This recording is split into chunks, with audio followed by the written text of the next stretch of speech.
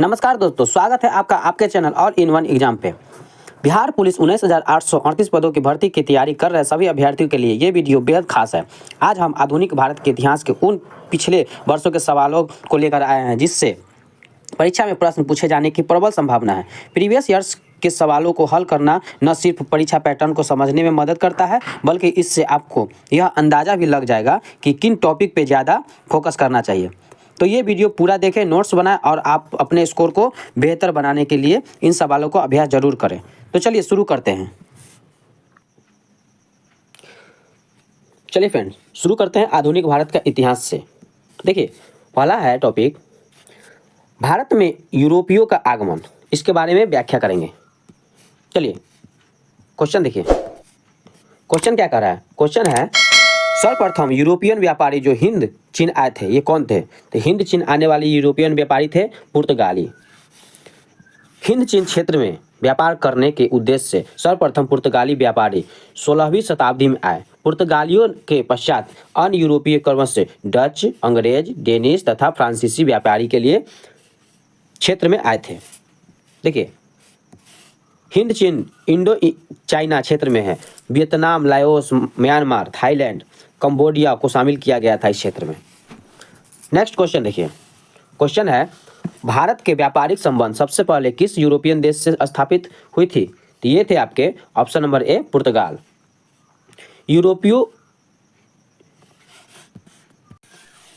यूरोपवासियों में सर्वप्रथम पुर्तगाली भारत आए थे। इन्होंने भारत के साथ सबसे पहले व्यापारिक संबंध स्थापित की।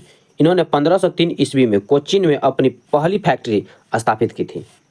तत्पश्चात डच, अंग्रेज, डेनिश और फ्रांसीसी ने भारत के साथ व्यापार संबंधित स्थापित किया था।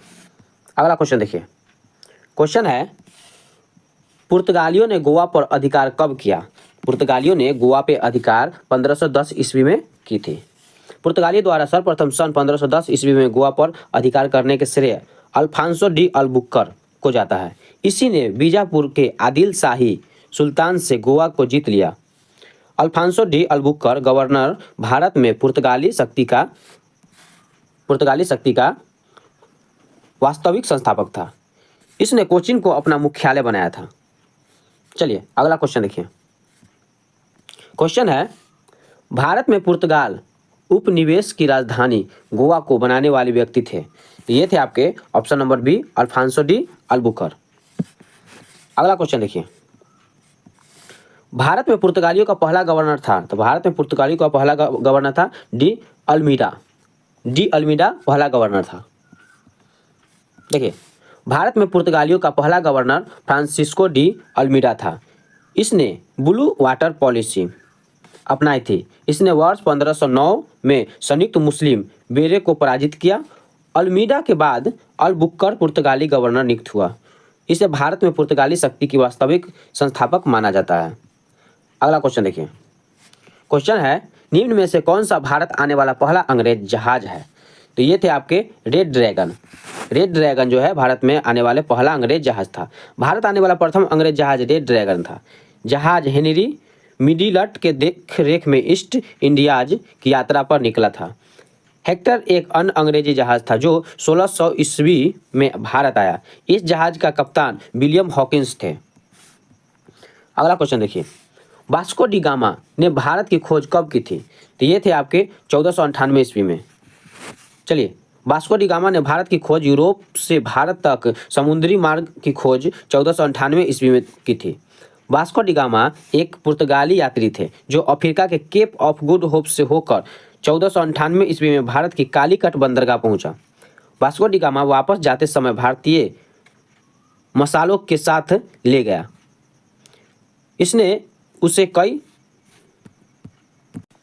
जिससे उसे कई गुना लाभ हुआ। अगला क्वेश्चन देखिए, क्वेश्चन है वास्को डी गामा यात्री था। वास्को डी गामा जो यात्री थे वो कहाँ के थे। तो ये थे आपके पुर्तगाल के। Option number C right answer हो जाएगा। अगला क्वेश्चन देखिए, क्वेश्चन है औरंगजेब, ये आपके मराठों का उदय एवं विकास के बारे में बताया गया है। 2 नंबर देखिए, क्वेश्चन है औरंगजेब की मृत्यु के समय मराठा साम्राज्य के नेतृत्व किसके पास था। तो ये थे आपके option number D Tarabai. Aurangzeb की मृत्यु के समय मराठा साम्राज्य के नेतृत्व ताराबाई के पास था। औरंगजेब के बचपन का अधिकांश समय नूरजहां के पास बीता। 18 मई 1637 को फ्रांस के राजघराने की दिलरास बानो बेगम के साथ औरंगजेब का निकाह हुआ। आगरा पर कब्जा कर जल्दबाजी में औरंगजेब ने अपना राज्याभिषेक अबुल मुजफ्फर मुहिउद्दीन मोहम्मद औरंगजेब बहादुर आलमगीर की उपाधि से 31 जुलाई 1658 को कराया। देवराई के युद्ध में सफल होने के बाद 15 मई 1659 को औरंगजेब ने दिल्ली में प्रवेश किया और शाहजहां के शानदार महल में 5 जून 1665 ईस्वी को दूसरी बार राज्याभिषेक कराया। औरंगजेब के गुरु मीर मोहम्मद हकीम थे। अगला क्वेश्चन देखिए। क्वेश्चन है, शिवाजी को किसने कैद किया था? तो शिवाजी को औरंगजेब ने कैद कर लिया था। Option number C right answer हो जाएगा। पुरंदर की संधि 22 जून 1665 ईस्वी को शिवाजी और औरंगजेब के सेनापति राजा जयसिंह के बीच हुई थी। संधि के पश्चात राजा जयसिंह के पुत्र राम सिंह की सुरक्षा गारंटी का उपरांत शिवाजी 12 मई 1666 ईस्वी को आगरा दरबार में पहुंचे। इन्हें दरबार में 5000 के मनसबदारों की लाइन में खड़ा कर दिया और इससे वे नाराज हो गए। परिणाम स्वरूप औरंगजेब के कहने पर शिवाजी को राज जयपुर महल आगरा में बंदी बना लिया गया, जहां से वे 16 अगस्त 1666 में भाग निकला था। अगला क्वेश्चन देखिए। क्वेश्चन है कि शिवाजी से संबंधित निम्नलिखित घटनाओं के सही क्रम बताइए। तो ये हो जाएगा आपका ऑप्शन नंबर बी 4 2 1 3। 4 में है पुरंदर दुर्ग की विजय, उसके बाद आ जाएगा आपका सूरत की पहली लूटमार, उसके बाद हो जाएगा राज्याभिषेक और तीसरा हो जाएगा आपका कर्नाटक का आक्रमण। देखिए, शिवाजी के पूर्वज मेवाड़ के सिसोदिया वंश से संबंधित थे। 20 अप्रैल 1627 ईस्वी को पूना के निकट शिवनेर के दुर्ग में शिवाजी का जन्म हुआ था। शिवनेरी देवी के नाम पर इनका नाम शिवाजी रखा गया। इनके पिता का नाम शाहजी भोंसले और माता के नाम जीजाबाई थे। शिवाजी से संबंधित घटनाओं के सही क्रम इस तरह से है। पुरंदर दुर्ग पर विजय 1647 में, सूरत की पहली लूटमार ये था आपका 1664, राज्याभिषेक 14 जून 1674 और कर्नाटक का आक्रमण था 1677 ईस्वी था। चलिए अगला क्वेश्चन देखिए। क्वेश्चन है, मराठा शासक छत्रपति शिवाजी की राजधानी का नाम बताइए। तो ये थे इनके रायगढ़ राजधानी थी। मराठा साम्राज्य शासक छत्रपति शिवाजी की राजधानी रायगढ़ थी। देखिए, मराठा शासक छत्रपति शिवाजी की राजधानी रायगढ़ थी। रायगढ़ जिला मुंबई के दक्षिण में स्थित है। बाद में शिवाजी के उत्तराधिकारी के राजधानी सतारा रही। शिवाजी के गुरु कोंडदेव थे। शिवाजी को औरंगजेब ने राजा की उपाधि दी थी। अगला क्वेश्चन देखिए फ्रेंड्स। क्वेश्चन है, निम्नलिखित पेशवाओं में से नाना साहिब के रूप में कौन लोकप्रिय हुआ था? तो ये थे आपका बालाजी बाजीराव। बालाजी बाजीराव 1740 से 61 ईस्वी तक रहा। नाना साहिब के रूप में ये लोकप्रिय था। अगला क्वेश्चन देखिए। अब है आपके स्वतंत्र राष्ट्र जैसे मैसूर, बंगाल और पंजाब एवं अवध के बारे में। 1799 में टीपू सुल्तान की मृत्यु के उपरांत मैसूर का राजा किसे बनाया गया था? तो ये थे आपके कृष्णराज तृतीय को बनाया गया था। देखिए, चतुर्थ आंग्ल मैसूर युद्ध 1798 से 99 ईस्वी के दौरान टीपू मारा गया। टीपू की मौत के बाद अंग्रेजों ने कृष्णराज तृतीय को मैसूर का राजा बनाया और इस पर सहायक संधि आरोपित कर दिया गया। अगला देखिए, क्वेश्चन नंबर है, मुंगेर निम्नलिखित में से किसकी राजधानी बनी थी? तो मुंगेर थी आपकी मीर कासिम की राजधानी। देखिए, मीर कासिम 1760 ईस्वी से 1763 ईस्वी तक अलीवर्दी खां के बाद बंगाल का दूसरा सबसे योग्य नवाब था। इसने अपनी राजधानी मुर्शिदाबाद से मुंगेर स्थापित की। वर्ष 1764 ईस्वी में अवध के नवाब शुजाउद्दौला मुगल सम्राट शाह आलम द्वितीय एवं मीर कासिम की संयुक्त सेना थे और हेक्टर मुनरो के नेतृत्व में अंग्रेजी सेना के मध्य बक्सर के युद्ध हुआ था। इसमें संयुक्त सेना पराजित हुई थी। अगला क्वेश्चन देखिए। क्वेश्चन है, मीर कासिम ने अपनी राजधानी मुर्शिदाबाद से कहाँ स्थानांतरित किया था? तो ये थे आपके ऑप्शन नंबर ए मुंगेर में। चलिए नेक्स्ट क्वेश्चन देखते हैं। क्वेश्चन है, बक्सर की युद्ध किस किस के बीच हुई थी? तो बक्सर की युद्ध हुई थी आपका मीर कासिम और अंग्रेज के बीच। Option number A right answer हो जाएगा। देखिए, बक्सर का युद्ध 22 अक्टूबर 1764 ईस्वी को अवध के नवाब शुजाउद्दौला, मुगल सम्राट शाह आलम द्वितीय और बंगाल के नवाब मीर कासिम की संयुक्त सेनाओं द्वारा हेक्टर मुनरो के नेतृत्व में अंग्रेजी सेना के मध्य पटना के निकट बक्सर में हुआ। इसमें संयुक्त सेना पूर्ण रूप से पराजित हुई और भारत के वास्तविक रूप से ब्रिटिश प्रभुत्व स्थापित कर ली थी। चलिए अगला क्वेश्चन देखते हैं। देखिए क्वेश्चन है कि अंग्रेजों को सुनहरा फरमान कब प्रदान किया गया था। तो सुनहरा फरमान आपका 1632 ईस्वी में किया गया था। 1632 ईस्वी में गोलकुंडा के सुल्तान ने अंग्रेजों को एक सुनहरा फरमान जारी किया, जिसके मुताबिक 500 पैगोंडा सालाना कर देने पर उन्हें गोलकुंडा राज्य के बंदरगाहों में स्वतंत्र पूर्वक व्यापार करने के लिए अनुमति मिल गई थी। अलीनगर की संधि के संबंध किससे है। तो ये थे आपके अलीगढ़ के संबंध ईस्ट इंडिया कंपनी एवं सिराजुद्दौला से है। देखिए अलीगढ़ की संधि 9 फरवरी 1757 ईस्वी को बंगाल के नवाब सिराजुद्दौला और ईस्ट इंडिया कंपनी के बीच हुई थी। अंग्रेजों की तरफ से इसका प्रतिनिधित्व क्लाइव और वाटसन ने किया था। इस संधि अंग्रेजों द्वारा कलकत्ता पर पुनः अधिकार कर लेने के बाद की गई थी। इस संधि में निम्नलिखित शर्तें थी। पहला थी ईस्ट इंडिया कंपनी के मुगल बादशाह के आदेश पर व्यापार की समस्त सुविधा फिर से दे दी गई। दूसरा है आपका नवाब को कलकत्ता पर कब्जा से हुई हानि का हर्जाना देना तय हुआ। तीसरा था आपका कलकत्ता में सिक्के ढालने के अधिकार भी दे दिया गया था। चौथा थे दोनों पक्षों में वापस से शांति बनाए रखने की वादा किया गया था। चलिए अगला क्वेश्चन देखिए। क्वेश्चन है किस आंग्ल मैसूर युद्ध में अंग्रेजी फौज ने टीपू सुल्तान को मारा था। तो ये थे आपके ऑप्शन नंबर ए चौथा आंग्ल मैसूर युद्ध में अंग्रेजों ने मराठों तथा हैदराबाद के निजाम की सहायता से टीपू को हराकर मार दिया। यह युद्ध 1799 ईस्वी में लड़ा गया था। टीपू मैसूर के शासक हैदर अली का पुत्र था, जिसका जन्म 20 नवंबर 1750 ईस्वी में हुई। इसे शेर ए मैसूर के नाम से भी जाना जाता है। अगला क्वेश्चन देखिए। क्वेश्चन है अवध के ब्रिटिश साम्राज्य में मिलने वाले समय अवध के नवाब कौन थे। तो ये थे आपके Wajid Ali Shah. Option number A right answer हो जाएगा। अवध के ब्रिटिश साम्राज्य में मिलने के समय अवध के नवाब वाजिद अली शाह थे। वाजिद अली शाह ने 1847 से 1856 तक शासन किया और वे अवध के आखिरी नवाब थे। सआदत अली खां अवध के पहले नवाब थे, जिन्होंने लखनऊ और फैजाबाद के साथ अवध राज्य के जेम्स आउटम की रिपोर्ट के आधार पर कुशासन के आरोप लगाकर अवध को अंग्रेजी साम्राज्य में 1856 में मिलाया था। अगला क्वेश्चन देखिए। क्वेश्चन है प्लासी का युद्ध निम्न में से किस जगह लड़ा गया था। तो प्लासी का युद्ध हो जाएगा आपका बंगाल में। प्लासी का युद्ध 1757 ईस्वी को ईस्ट इंडिया कंपनी और बंगाल के नवाब सिराजुद्दौला के बीच हुई थी। इस युद्ध में अंग्रेजों की जीत हुई थी। अगला क्वेश्चन देखिए।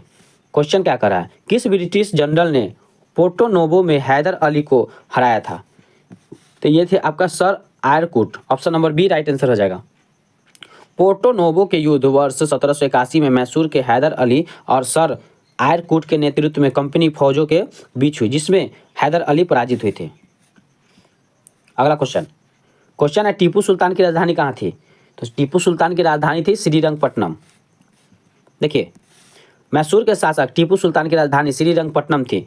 टीपू सुल्तान ने मैसूर पर 10 दिसंबर 1782 से 4 मई 1799 तक शासन किया। 4 मई 1799 को उसने रायगढ़ श्रीरंगपट्टनम की रक्षा करते हुए मारा गया। हैदर अली के विपरीत टीपू ने सुल्तान की उपाधि धारण की तथा इसने अपना सिक्कों पर हिंदू देवी देवताओं के चित्र तथा हिंदू संबत की आकृतियां अंकित करवाया था। इसने जैकोबिन क्लब की स्थापना श्रीरंगपट्टनम में तथा उसका सदस्य भी बना था। अगला क्वेश्चन देखिए। क्वेश्चन है श्रीरंगपट्टनम की संधि कब हुई थी। तो श्रीरंगपट्टनम की संधि हुई थी आपका 1792 ईस्वी में। देखिए क्या कहता है। श्रीरंगपट्टनम की संधि अंग्रेजों ने टीपू सुल्तान के साथ की थी। तृतीय आंग्ल मैसूर युद्ध के दौरान अंग्रेजों ने मराठों और हैदराबाद के निजाम के सहयोग से श्रीरंगपट्टनम पर आक्रमण किया था। 5 फरवरी 1792 ईस्वी में तत्कालीन गवर्नर जनरल कॉर्नवालिस ने टीपू सुल्तान के श्रीरंगपट्टनम स्थित किले पर घेर कर उन्हें संधि के लिए विवश किया। 18 मार्च 1792 ईस्वी को टीपू सुल्तान को अंग्रेजों के साथ श्रीरंगपट्टनम की संधि करनी पड़ी और संधि के शर्तों के अनुसार टीपू को अपने राज का आधा हिस्सा अंग्रेजों को और सहयोगियों को देना पड़ा तथा युद्ध को हर जाने के रूप में 3 करोड़ रुपए युद्ध की क्षतिपूर्ति के लिए देनी पड़ी थी। अगला क्वेश्चन देखिए। क्वेश्चन है, रुहेलखंड किस मुगल शासक के मृत्यु के पश्चात स्वतंत्र राज्य बना था? तो ये थे आपके ऑप्शन नंबर ए औरंगजेब।